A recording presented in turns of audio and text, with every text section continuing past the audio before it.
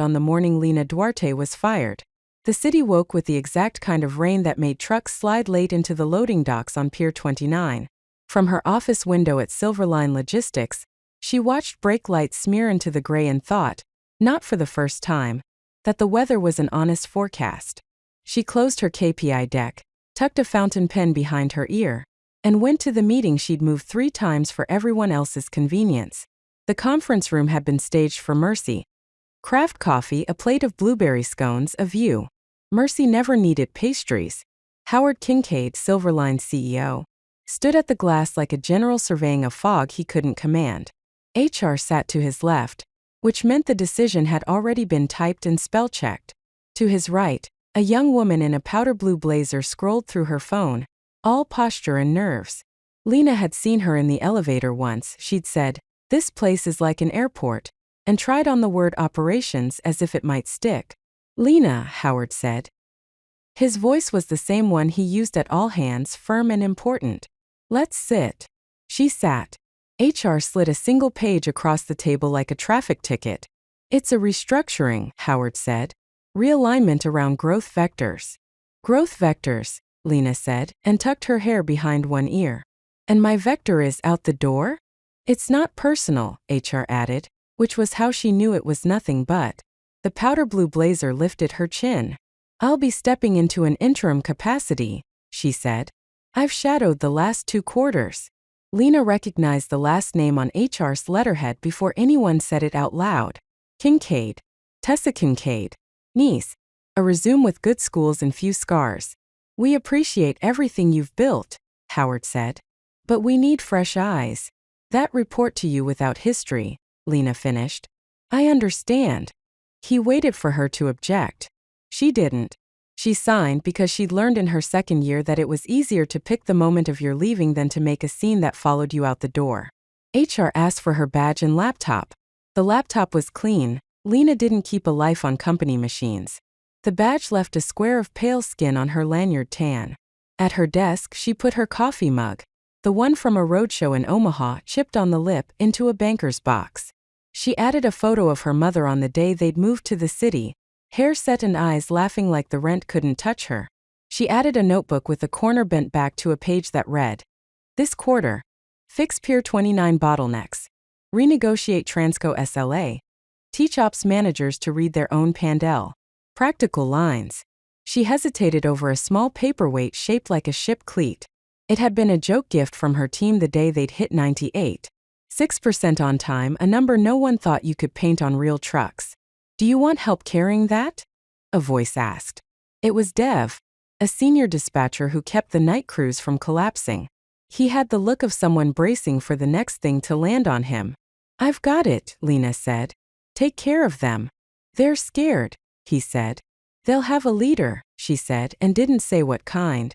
She carried the box to the elevator and nodded to the security guard who knew her name because she always asked his first. He looked genuinely sorry, which nearly undid her. The lobby smelled like wet wool and money. Outside, the rain came down proper and deciding. She walked because buses felt like a decision, and she didn't have any left to spend on choosing seats.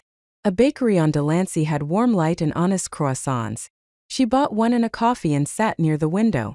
She wrote 3 lists. List 1, rage. A page of what she could say, should say, would never say. List 2, rent. A smaller page of what mattered quickly. Health insurance, savings runway, the payment due on her mother's assisted living facility. List 3, work. A quiet page, neat columns, neat totals. Who owed her a favor, who would take a call, who was doing interesting things with supply chains in a market that still needed trucks more than it needed slogans. She let the rage sit. She folded the rent into a plan. And she began to work. Try week 2. The calls had turned into coffees, and the coffees into small contracts. A kid from her old MBA cohort needed a pair of steady hands to unwind a warehouse lease without burning a vendor relationship. A regional grocer needed someone to explain why the last mile kept failing on rainy Fridays with paychecks on Mondays. She taught them to add weather and payroll calendars to their demand forecasts, and watched the relief on their faces when the obvious turned into math. The nights were long and quiet, and she learned how grief sounded in an apartment when no one could hear it.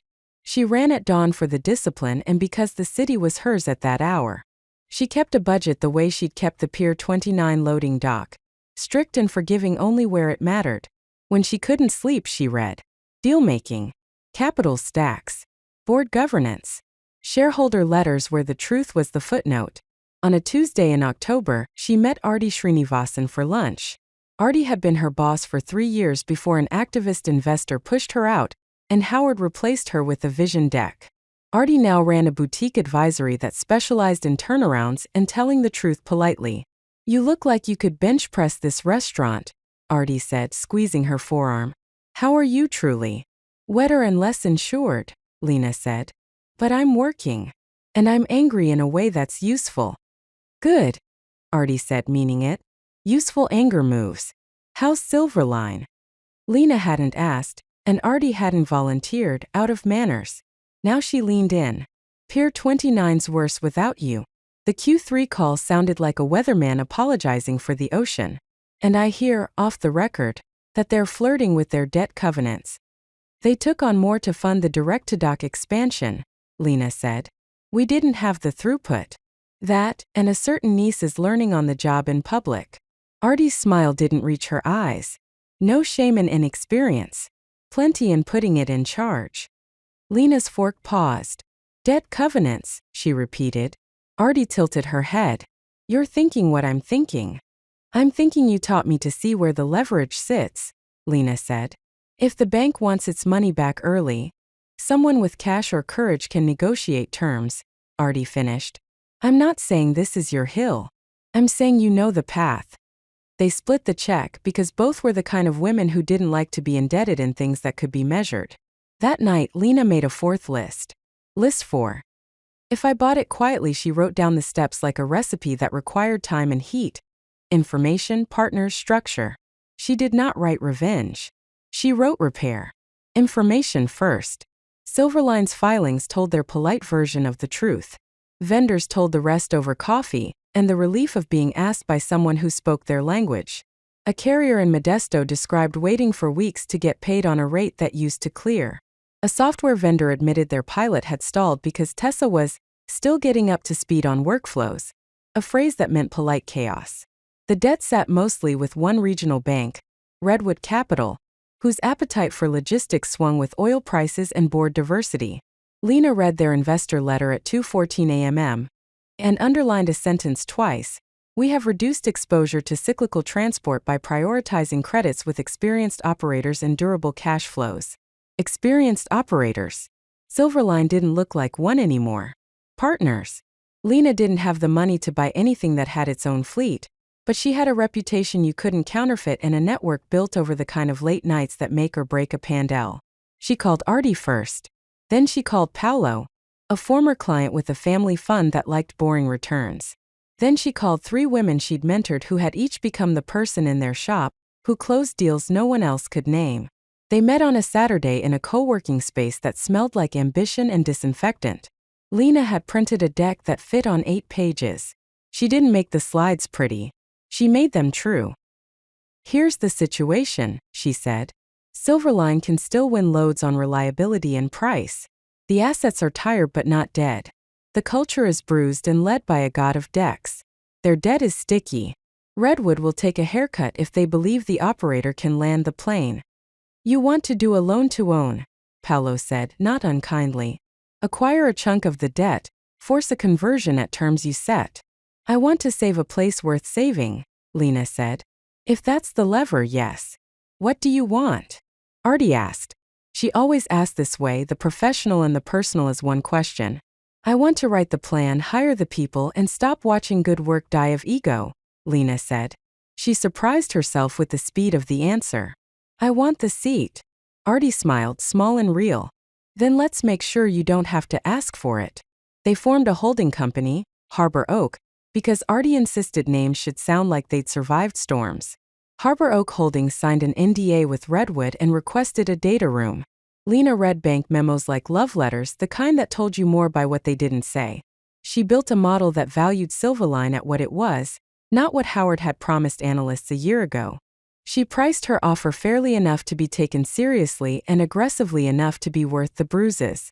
When Redwood finally took her call, the VP of Special Assets sounded tired in a way that meant opportunity. "You're the operator," he said. "I am," Lena said. "You were fired," he said. "I was," she said. "Which taught me exactly how this house leaks." He laughed, one quick bark of respect. "We'll need assurances. Board support. Management transition. You'll have a slate," Lena said. "And covenants that reward boring things like paying vendors on time. Make us whole enough to show we were prudent," he said. "I'll take it to committee." They negotiated terms in increments of sleep. Harbor Oak would acquire a controlling slice of Redwood's senior debt at a discount, with a binding agreement to convert a portion to equity on closing. The rest would roll under new covenants that turned reliability into a religion. A small equity syndicate, Paolo's fund, 2 women-led funds, Arty's advisory co-invest, would commit primary capital for working cash and immediate repairs. The board, spooked by 4 straight quarters of missed promises, would get a clean way to say yes to Competence without admitting the cause of their failures. It would also require Howard's exit and the removal of the executives who had enabled him to mistake charisma for cash flow. "Are you ready to be the villain in a few people's stories?" Arty asked. "Even if you write them generous endings?" "I'm ready to keep my people paid," Lena said. "Villain is cheap ink." The board tried to be grand. They called a special session at 7 p.m. As if darkness could blur signatures. Howard arrived late and sat in the chair like a man who believed chairs were forever. Tessa was already there. A notebook open to a page of tidy bullets. She looked more tired than she wanted to admit. Redwood's VP dialed in. Paolo, crisp as an escrow wire, sat with a face that gave nothing away. Arty's earrings warned the room that this was not rehearsal. "Let's get to it," the chair said, glancing at his watch as if he might make a show later. Redwood presented the problem. Harbor Oak presented the solution. The board asked questions they should have asked a year ago. "And the operator?" the chair asked finally. His tone implied a myth was about to be summoned. Arty didn't bother to pause. "Harbor Oak's principal is in the room." Lena stood. It was not theatrical. It was inevitable. Howard's mouth opened on a word that didn't know how to end. Me," Lena said. "Here are the operating milestones for the first 180 days, the proposed management slate, and the vendor triage. The numbers are conservative. The culture plan is not." "You were fired," he said again, as if it were the talisman that kept him safe. "Which demonstrated the difference between keeping a title and keeping a promise," Lena said. She kept her voice level. "I'm here to keep promises." Tessa stared at the table. The chair shuffled papers like dignity could be sorted into piles. The Redwood VP cleared his throat. "From a creditor standpoint," he said, "we prefer this operator." The vote took 90 seconds. The paperwork would take weeks. The power took 1 sentence. "Effective immediately," the chair said. "We appoint Lena Duarte as Chief Executive Officer of Silverline Logistics, contingent on closing, with authority to implement the transition plan as presented." Howard stood to leave before anyone could ask him to. He shook hands because he had been taught how to pretend. "It's a tough seat," he said, not meeting her eyes. "I know," Lena said. "I warmed it for you." He flinched, small and real. HR hadn't come. This wasn't an HR day. But people needed to be told. Lena asked for 15 minutes in the all-hands room that the company called the yard when they were feeling nautical. The PA crackled to life and Dev's voice came through. "All staff to the yard, please." "All staff." They gathered. Dispatchers with pens tucked behind ears, mechanics with grease-like courage on their hands, analysts whose eyes had learned to live in spreadsheets so their hearts didn't have to. Lena stood at the front with a mic that magnified breath and fear. "I'm back," she said simply. "And I'm grateful." A ripple of something, relief, skepticism, both, moved through the room. "We're under new financing," she said. "We'll be paying vendors on time. We'll be fixing trucks that should have been fixed last quarter. We'll be pausing projects that feel like slogans until we can afford them. We will not, under any circumstances, pretend." A laugh scattered and surprised. "Some people will leave," she said. "Some right now. Some after a fair process. We'll do it with respect. We'll also train, promote, and hire the people who've been doing 2 jobs for 1 paycheck." A hand went up. Dev, of course. Are we keeping Pier 29? We're keeping Pier 29, Lena said. We're fixing its bottlenecks. And we're moving coffee closer to the night cruise because caffeine is not a perk, it's a human right. The room exhaled. It wasn't victory. It was gravity reasserting itself. Back in her office, the same square footage, new view, Lena made 2 calls. The first was to Gina Marks, the head of HR, who had slid her severance letter across the table without looking up. Gina, Lena said when she picked up. I want to meet at 4. Bring your files on the last 12 terminations and the open investigations. Congratulations, Gina said, a reflex more than a feeling. At 4, Lena repeated. The second call was to Evan Wood, the COO who had called the expansion a moonshot and then faulted gravity when it fell back to Earth. Evan, she said. 5 o'clock. We'll talk about Pier 29 and that SLA you signed with Transco without telling anyone who had to deliver it. Silence at first, then. I'll see you at 5. She didn't call Tessa. She went to find her. Tessa's office door was open. The notebook from the board meeting was open too, and she was writing on a post-it with small, neat penmanship that no crisis could shake. She looked up and swallowed hard. Congratulations, she said. Came out in 2 pieces. Thanks, Lena said. Walk with me. They walked to the window that overlooked the loading bays. The rain had stopped, and the trucks had found their patience again. I'm not going to pretend this is easy, Lena said. For either of us. Tessa crossed her arms. I didn't ask for this job. You took it, Lena said. My uncle told me to, she said, then grimaced. That's not an excuse. It just happens to be the truth. Good start, Lena said. Here are your options and they are real. 1. Step down with a severance that's fair for the weeks you worked. And I'll write you a reference that tells the truth and helps you find something you've earned. 2. Stay on but not in my chair. You'll rotate through night dispatch, vendor relations, and the warehouse floor for 3 months each. You'll learn the company the long way. At the end, we'll decide together whether you belong here and where. Tessa blinked. That sounds like punishment. It's apprenticeship, Lena said. You were given the house keys before you'd learned where the pipes run. I'm offering you a map, a flashlight, and a reason. And if I say no to both? Then you've decided for yourself, Lena said. And I'll respect that. Tessa looked at the trucks as if answers lived in pallets. I'll take the rotations, she said finally. If I'm going to learn, I want the version that stings. It will, Lena said. And you'll be fine. 4. Gina arrived with files. At 5, Evan arrived with excuses. By 7, Lena had removed them both. She did it with documentation, dignity, and a clarity that let everyone else exhale. She did not gloat. She did not rehearse the moment she'd been denied in that room with the scones. She simply kept promises. When she was alone, she took the shipcleat paperweight from her box and set it on the desk. It had weight. So did the room. She stayed late because there was work and because she liked the way buildings sounded after certainty returned. The hum of lights, the sigh of vents, the small shuffles of people not afraid to be seen. Lena's first month as CEO was a calendar of humility. She toured every shift and asked for 3 things. 1 thing that worked, 1 thing that didn't, and the name of someone who made their day easier. She wrote the names down and promoted 3 of them within 2 weeks. She put a whiteboard in the Pier 29 break room labeled obvious fixes and stood there at 2 a.m. with a dry erase marker while drivers told her what managers had stopped hearing when they learned to talk in cable news. Vendors noticed money arriving when promised. A regional grocer extended a contract because reliability felt like love when you ran out of it. The software pilot installed when Tessa showed up in steel-toed boots at 6 a.m. and asked a warehouse supervisor to teach her how to scan pallets without breaking the barcode. She was clumsy exactly once. There were setbacks. A winter storm made a joke of schedules and a test of patience. A competitor underbid them on a lane, and then called 3 weeks later to ask for help when they slipped. Lena said yes, not because she was kind though she was, but because relationships compound like interest if you stop pretending you can live without them. In the spring, Harbor Oak closed the last piece of its conversion, and the board, 3 members lighter and 2 better, voted to renew her contract on terms she'd insisted be published internally.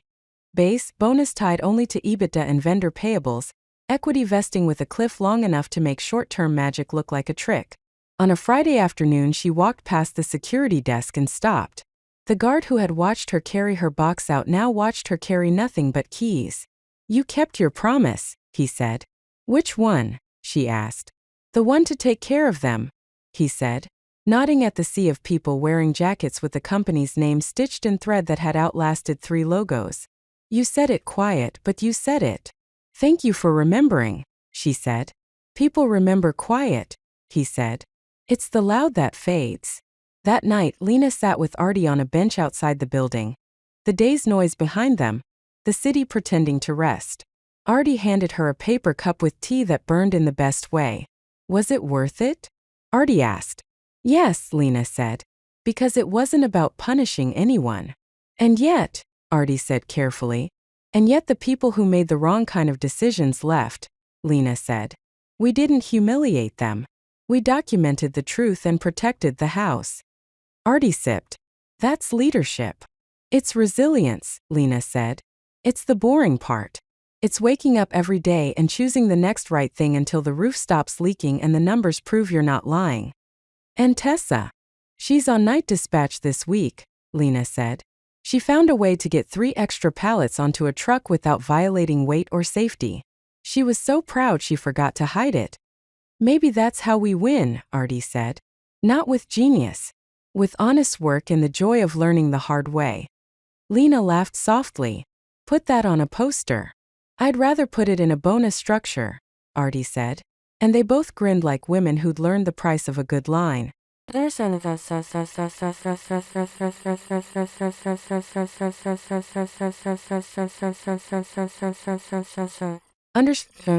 On the anniversary of her firing, Lena stood in the yard with coffee that tasted like what it cost and a room full of people who knew why they were there. She told the story without names. The day she left, the days she learned, the day she came back with papers that meant more than speeches. She ended where she always did, with the one line she never got tired of repeating. "We do not get to choose most storms," she said. "We choose roofs. We choose neighbors. We choose how we build and how we rebuild, and how we treat the people who will remember our names when the trucks are on time and no one is clapping." They clapped anyway. She let them. She'd earned 10 seconds of noise. After Dev found her by the whiteboard.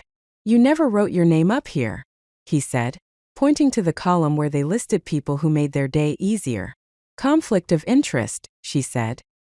He took the marker and wrote Lena in letters large enough to be read by anyone pretending not to. She didn't protest. She had learned to let good things stand. The first night Tessa worked dispatch, the board was a tapestry of red. Valerie, who'd run nights for 9 years and had the no-nonsense grace of a flight controller, handed her a headset. 3 rules, she said. Don't lie to drivers. Don't guess it. And if you're going to cry, do it in the bathroom where the acoustics are better. Tessa swallowed. Got it. Good. You're on bays 3 and 4. Jamal's late to Pier 29. His reefer tripped and he had to reset. Let him vent. Then give him a new dock. The calls came like weather. Sudden, layered, not personal. A flat on 101. A consignee who closed early by policy. A driver whose kid had a fever and needed a handoff at 2 a.m. Tessa wrote everything down, her handwriting small and precise until it wasn't. 23:10 she made her first real mistake. A load bound for the Santa Rosa grocer had a hard 5 o'clock delivery. The driver, new and eager, asked if he could swing by home for 20 minutes. It was on the way. Tessa heard the need in his voice and said yes without checking his hours of service clock. At 4:12, the ELD caught up to the promise she'd made. We've got a park, he said, calm because he didn't know how not to be. I'm out of hours. Tessa stared at the screen, heat crawling up her neck. Valerie looked over. Whatcha got? Tessa told her. Valerie didn't sigh. She replanned 3 moves in 30 seconds, turned a near miss into a tight success, and only then said, You never outrun the clock, kid. It wins. We plan around it. We don't ask it to be kind. When the doc signed for the delivery, with notes about close call, which was Dispach's favorite kind of poetry, Tessa walked to the bathroom, turned on the tap, and let 2 fast tears fall where the acoustics were, in fact, better. Then she came back, wrote "Ich check before yes" in block letters on a sticky note, and stuck it to her screen. By the end of the week, she had a list of the names drivers use for certain exits that maps pretended weren't real, and a sense of when to call and when to text. She learned that 10 minutes out meant 20 if I catch all greens, and that night crews were the most loyal people in the world if you learned their coffee jokes. At 3 in the morning on Friday, Jamal came in with his reefer humming and his shoulders tight. Tessa met him at the dock with coffee and a loaded pallet jack. "I put you on bay 4, she said. "It's a straight back-in." He eyed her boots. "Those steel-toed or just pretty?" "Both," she said. "Mostly pretty." He laughed, and the laugh was a truce. "You learning?" he said. "I am," she said. "The long way." "Only way," he said, and backed in clean. Lena's vendor days were a tour of debts paid late and respect overdue. She started in Modesto at Morales Freight, a 3-truck carrier that had carried Silverline on bad weeks and had the cash flow bruises to show it. 72 days past due, Mr. Morales said, spreading his hands over an invoice like he might warm them there.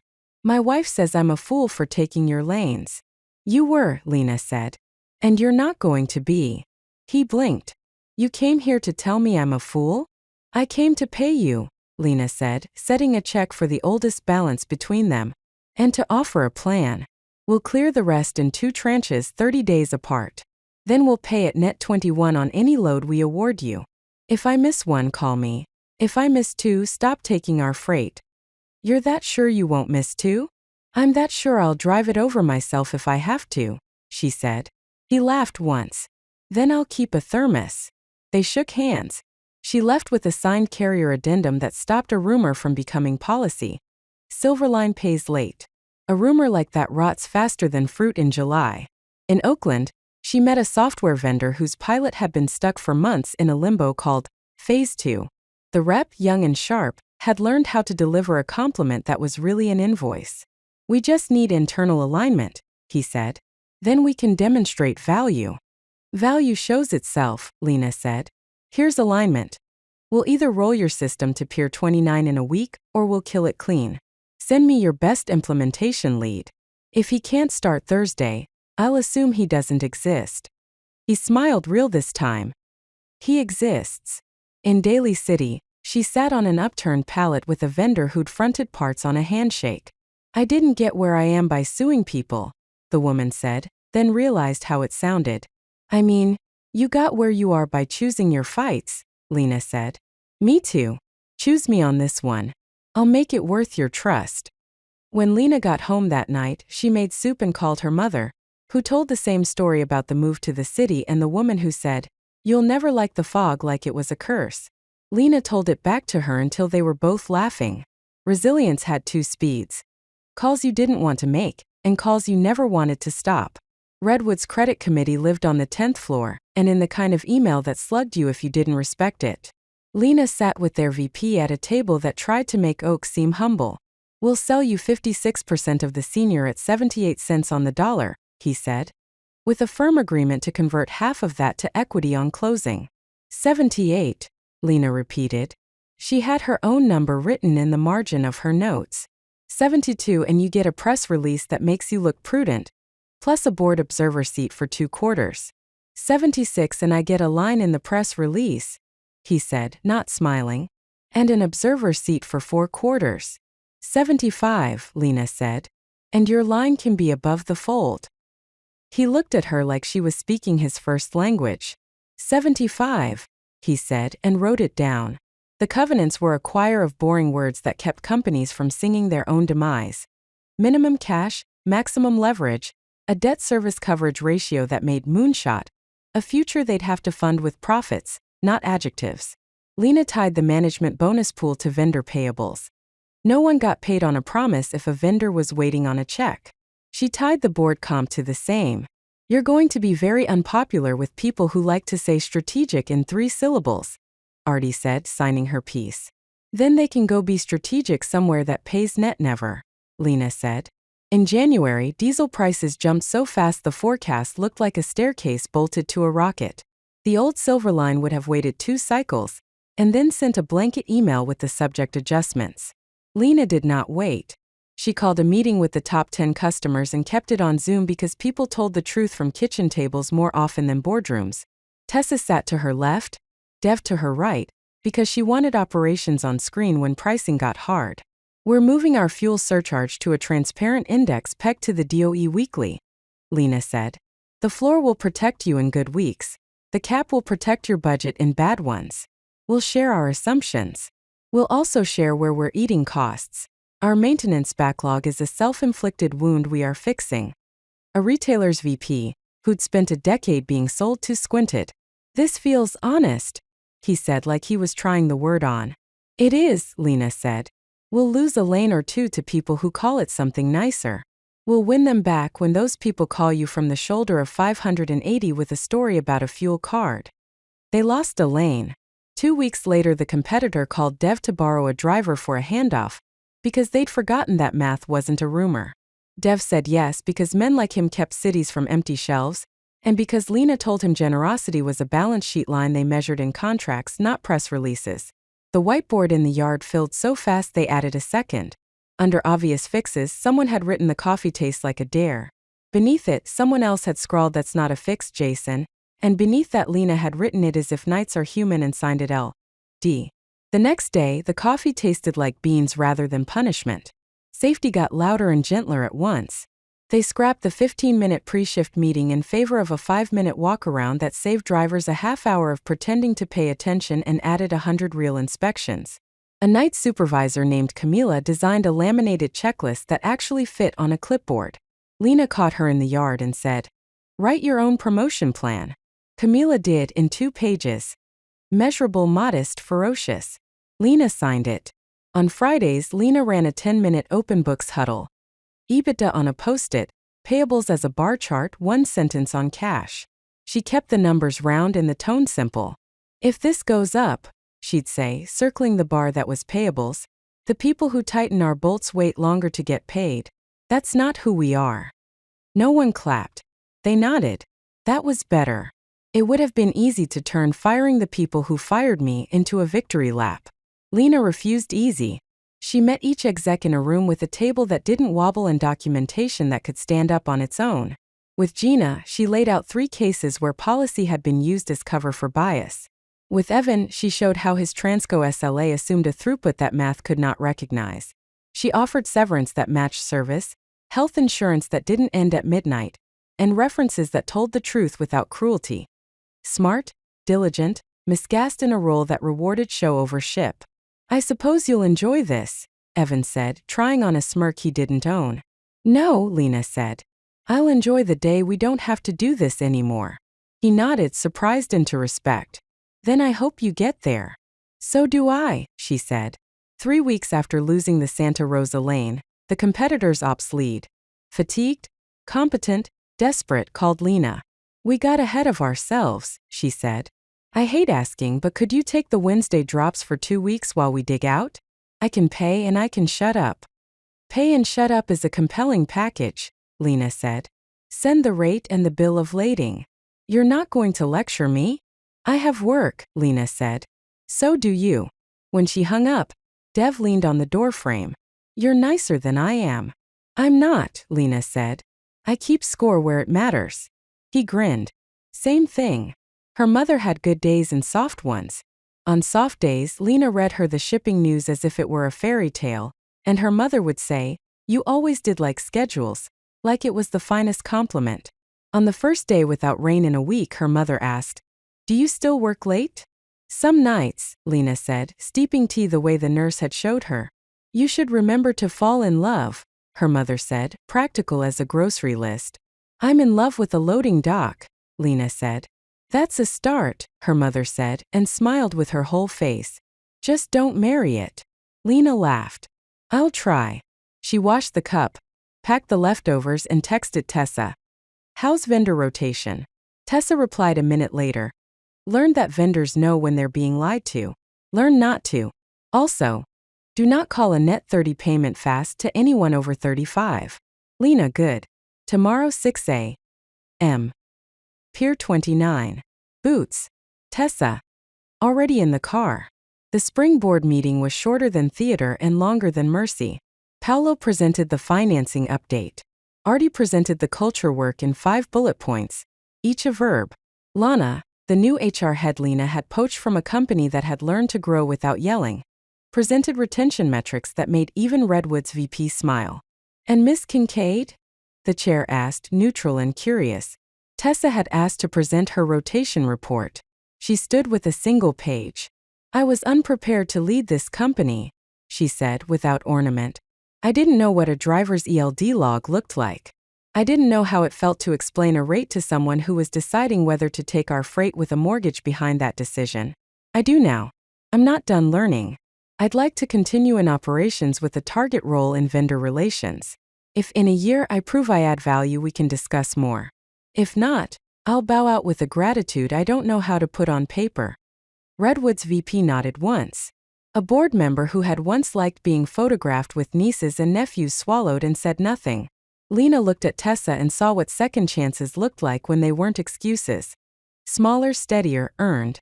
Approved, the chair said. And commendable. In the hallway, Tessa leaned against the wall and let out a breath she didn't know she'd kept. You did the brave thing, Lena said. I did the only thing that lets me sleep, Tessa said. I was a tourist. Now I work here. Welcome, Lena said. The RFP came from a national retailer whose last 2 providers had taught them to be suspicious of adjectives. The document was thick. The scoring rubric was thicker. Lena wrote the cover letter herself. We will not promise on the page what we can't dispatch at 3 a.m. Attached are 6 months of performance data, vendor payables aging, and the fuel surcharge index we actually use. The people who will run your lanes are copied on this email. If they tell you something that contradicts me, believe them. Ms. Duarte. They didn't invite a pitch in a ballroom. They sent 2 auditors to Pier 29 at dawn. Lena had coffee and bad muffins ready because auditors like honesty and carbs. Camila walked them through the checklist she designed. Dev talked them through failure modes like he loved them enough to tell the truth. Tessa showed them how vendor calls were now logged with outcomes that meant something. No one said strategic. A week later, the award letter came with a note.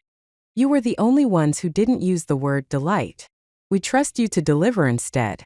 Lena forwarded it to the whole company with one line. We earn this tomorrow. And the day after that. On the anniversary of the night, she'd carried a box past the security desk. Lena arrived early with pastries because she believed in symbolism with sugar. The trucks were already humming. Pier 29 was a choreography that could make a person cry if they were that kind. She walked the yard. Jamal gave her a chin lift that meant solid. Camila waved a checklist like a flag. Dev looked like a man who slept and meant it. She found the ship cleat paperweight in her pocket and on an impulse, carried it to the yard's whiteboard. She set it on the ledge beneath obvious fixes and wrote in small letters under a new heading, Not So Obvious Wins. We paid the Modesto invoice on time. The Santa Rosa lane came back. We didn't say told you so. Tessa caught a miscoded lane that would have cost $2,000 in Deadhead. A night coffee tastes like coffee. Someone added trucks are on time. No one is clapping. Good. At noon, she sat on the loading dock with a sandwich wrapped in wax paper that had the right kind of static. Arty texted, You good? Lena sent a photo of the yard and wrote, I'm tired in a way that feels like work, not worry. Arty replied, Frame that sentence. She didn't frame it. She taught it. At the next Friday huddle, she said, Resilience isn't what we survive. It's what we choose daily when no one is watching. It's paying people on time. It's saying no to a shiny project until the floor stops squeaking. It's putting a vendor's name on the obvious fixes board because their part came in on a truck they didn't have to chase. Later, she walked past security. The guard, Miguel, who never forgot a name, tapped the desk. You missed a line, he said. Which? He handed her a marker. She wrote, We kept the promise to take care of each other. Miguel nodded. There you go. In June, a strike down the coast threatened to scatter schedules like birds. Lena called a meeting with drivers, dispatch, vendors, and the CFO who had learned to wear boots. They whiteboarded contingency lanes, built carpools for childcare, and set aside a fund for anyone who'd miss a paycheck because of a slow dock. Why are we doing all this? Someone asked, half smiling because they already knew. Because storms aren't personal, Lena said. But our response is. The strike resolved faster than the headlines wanted. Silverline missed 2 deliveries and communicated both before anyone had to call. The retailer sent a thank you that was not a form letter. The next morning, Lena found a note on her desk in tidy handwriting. "Thank you for giving me the long way." Lena smiled, put the note in the drawer with the paperweight, and went to the yard. There was a new line under not-so-obvious wins. We didn't wait for a crisis to act like a company." She underlined it once. Then she went to work.